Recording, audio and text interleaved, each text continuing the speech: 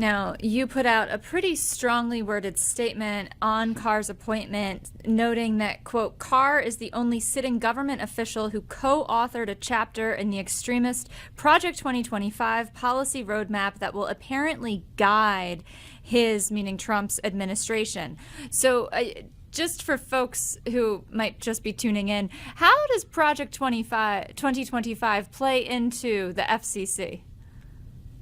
Well, this was sort of maybe an underreported scandal of the campaign is that, there was a time during the campaign where Donald Trump was saying, Project 2025, I've never heard of it. I don't know these people. They don't represent me. Very clearly, that was not the case. But, this is a report prepared by the Heritage Foundation and a number of other groups, far-right reactionary groups. And there was one sitting member of the government who signed up as a co-author, and that was Brendan Carr. The actual content of his chapter is relatively obscure and all about the FCC, but I think we have to be concerned about the company he's keeping. Here are some, far-right groups really looking to, end abortion rights, essentially advocate for Christian nationalism. And here's Brendan Carr, government employee, essentially signing up for their crusade. So I'd be, I think it is worth an inquiry. There was a letter from members of Congress asking about, was he doing this on his own time? Was this government time? Project 2025 is something that motivated a lot of people to be very concerned about a set of policies that they weren't really hearing about on the campaign trail, but they were very concerned about when they did hear about them. So to have the next FCC chair to be in league with this many people really advocating for hate and bigotry, I think is really concerning. And here we have Brendan Carr. He's not even in office yet, and he's running around saying, right now, diversity and equity is the #2 priority of the FCC, not on my watch. That might score him political points, but I think it's reason to be very concerned because it's actually the FCC's job to make sure that the public airwaves represent the broad public. Who gets to own, who gets a license to broadcast. It shouldn't just be the most powerful. It shouldn't only be white men. But Brendan Carr is saying, no, when I'm in charge, that'll no longer be a priority. He's been very clear about that.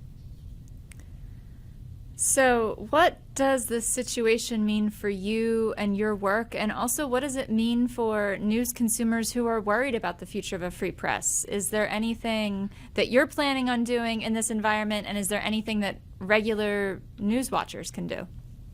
Well, I think we have to stay vigilant. I think it's up to the public to be the guardians, the guardrails of democracy. A lot of things that happen at places like the Federal Communications Commission happen outside of the public's view. That's the problem. These are huge decisions that are made that shape our news media, that shape the internet and what it's going to be, but very often they're done without the public's involvement or consent. So the FCC works better, frankly, when people are paying attention to what it does. So our work is going to look like exposing what it's doing, good, bad, and otherwise. That's going to be a challenge with this administration, with the government all in the hands of one political party. But I think it also makes it that much more important. So what I would urge average news consumers to do, citizens to do, is pay attention to what's happening at these places. You might have to work a little harder to seek out the information, but these decisions made by these agencies, made by government departments, those are really what matters. Pay attention to the structures, pay attention to who's benefiting from them. In the end, we're going to have media regulations. We're going to have rules of the road. The only question that really matters is who's going to benefit. Is it going to be Elon Musk or is it going to be the rest of us? Those are the kind of decisions Brendan Carr and the other members of the FCC, and there are going to be 4 other members who have to vote on things, are going to be making in the years ahead. So I think this is a setback for a lot of things that I care about, but it doesn't mean the fight is over.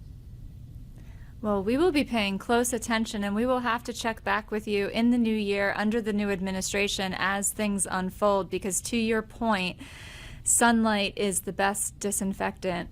Craig Aaron, co-CEO of Free Press Action Fund, thank you so much for joining us. We really appreciate your time. Thanks so much for having me. Really appreciate the time.